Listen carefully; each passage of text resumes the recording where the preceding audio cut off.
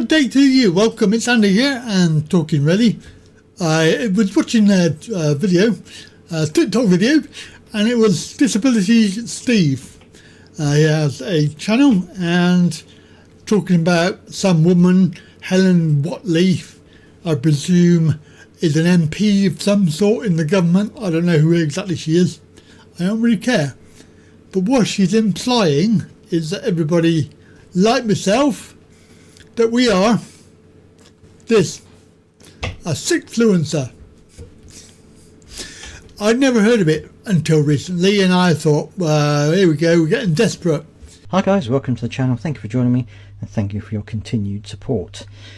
Right, so we know that there's been a lot of anti-disability going on social media, it's going on in the press, it's going on everywhere. Even in the government itself, there's lots of anti-disability talk going on, and it's never a nice thing to listen to.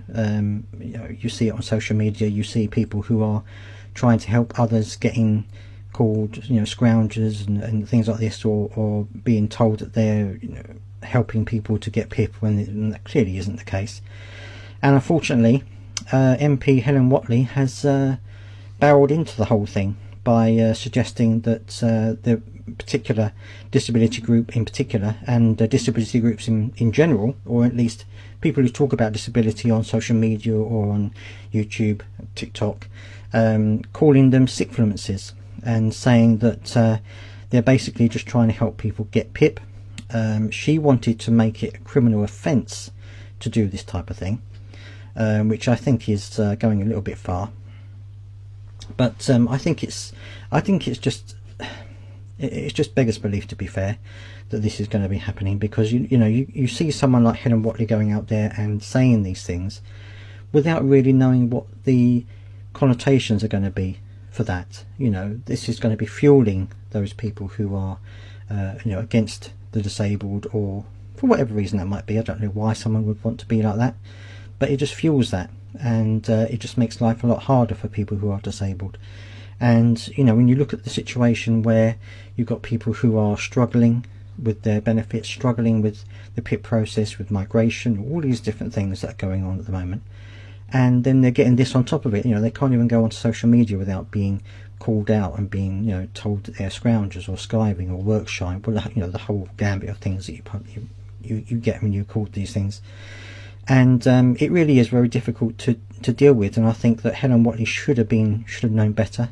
I think she should have been more professional than that. She did say she did want to try and ban Sickfluencers, but it wasn't supported by the government, which for one thing I'm grateful for the government, because not much I'm grateful for, but I'm grateful that they didn't do that.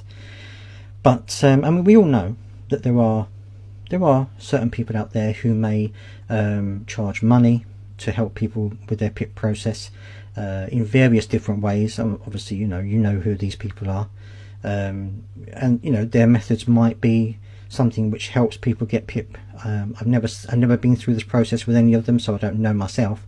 But I know there are people who charge money to help people with their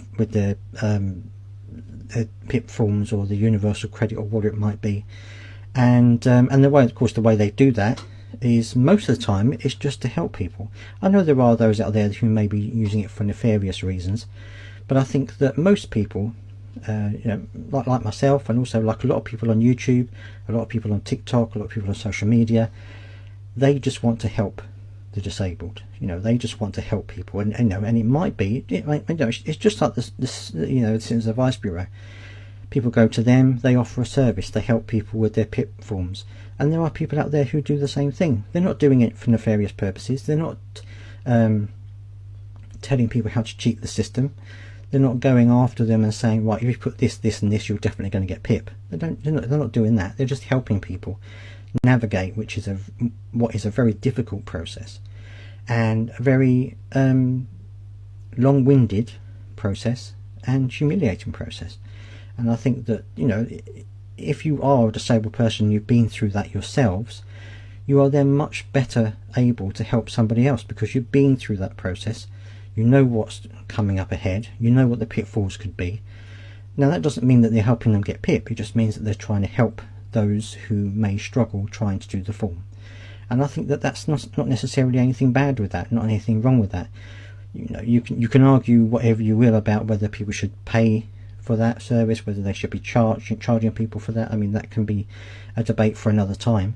But I just think that you've got to be realistic. You know, there are lots of disabled people out there who just want to help, and I think Helen Whatley has completely grasped the wrong end of the stick here, because she thinks that everyone who talks about disability on social media and on things like this are all Sickfluencers, I can't even say the word, and all trying to get people pip who don't deserve it. And that isn't the case. That is absolutely not the case. Now, one thing I will say is I have experienced this from the other side.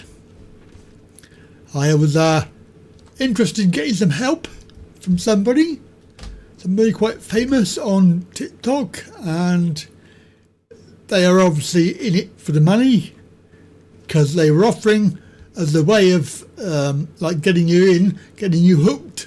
They were offering a free session just to talk about what you wanted, and then if they could help you, they would then sign you up and they would help you get what you needed.